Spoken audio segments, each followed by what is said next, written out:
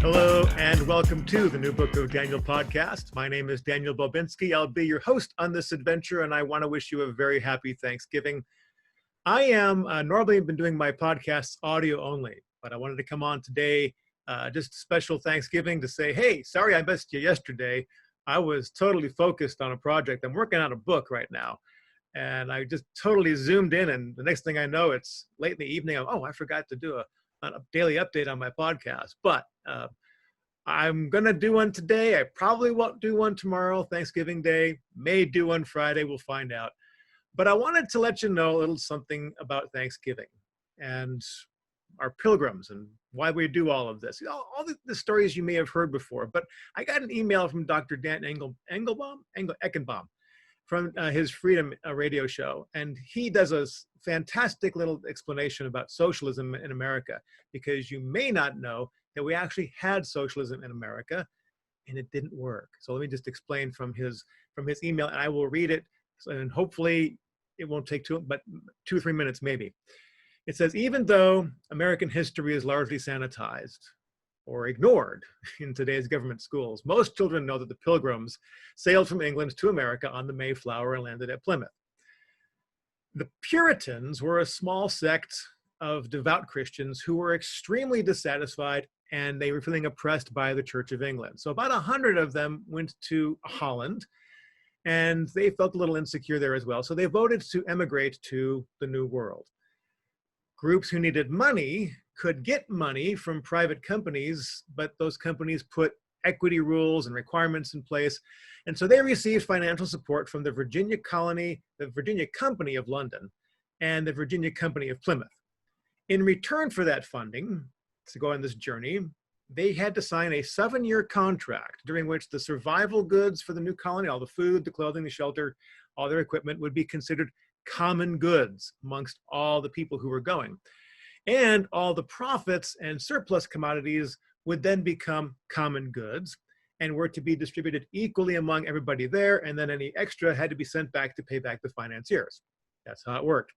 So basically, a couple hundred years before Karl Marx and his Communist Manifesto came along, we had a socialist commune in America. Private property rights did not exist. Everything was done for the common good, and that took precedence over the individual contributions. So now the Pilgrims landed at Plymouth in the fall, and the beginning of that winter, they just had a really harsh winter. They didn't know how to grow crops. They couldn't grow crops. It was too late in the year. Thankfully, they were assisted by native tribes, but the harvests of 1621 and 1622 did not provide well. They had massive food shortages. Other necessities were hurting bad.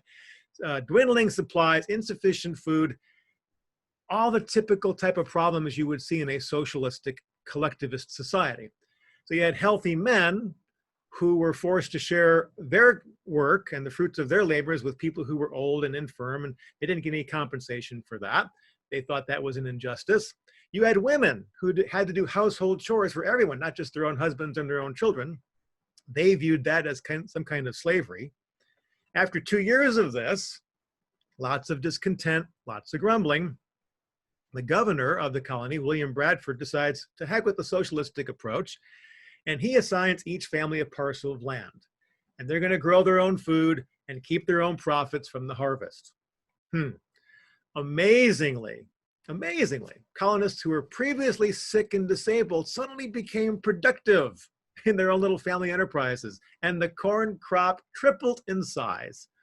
As a result, there was a sufficient surplus to export a whole buttload of corn, buy back all of their interest from their financiers, and the transition from a socialist commune into a free market economy with private property, well, that took place right then and there.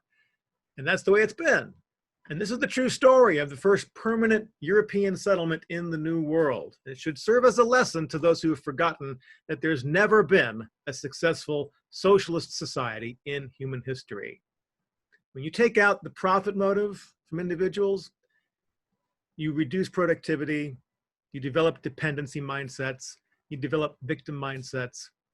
I think this is something that we need to be talking about even this Thanksgiving. And I hope that you have a great Thanksgiving. And I hope that you ignore the false orders and the dictates, and that you gather with your family and love on them And you know what? If you're afraid of getting a illness from any kind of, virus or something, I'm going to link in the show notes down below a podcast I did much earlier in my series where I talk about how to beat back a cold or a flu. And I will tell you that recently I developed such a illness, and I used what I did in that particular podcast. And within an hour, I was feeling fine. So I just want to say I've got friends that have done the same thing. If you are afraid of getting the sniffles or a cough or something like that, go watch that video. Apply what it does. It's amazing that Anthony Fauci is taking 6,000 international units of vitamin D every day. But funny how they don't tell us about that. There's lots of other things you can take as well. Anyways, all of that to say, I have nothing to fear. I don't think anybody else should have anything to fear. I want you to have a happy Thanksgiving. I thank you very much for tuning in to the New Book of Daniel podcast. I invite you to subscribe to the New Book of Daniel podcast. This is our 50th show. Just go to click that little subscribe button, click the little bell. That'll let you know when we put up new videos. And of course, if you want to follow my writings and my opinions on the politics and the issues of the day, you can do that at uncoverdc.com and also Red State. If you'd like to send me an email, just send that to newbookofdaniel@outlook.com. newbookofdaniel@outlook.com. Of course, you can also follow me on the social media platforms. Just look for New Book of Daniel. And with that, I'm going to wish you a happy Thanksgiving.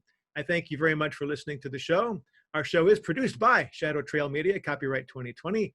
And my name is Daniel Bobinski. Happy Thanksgiving.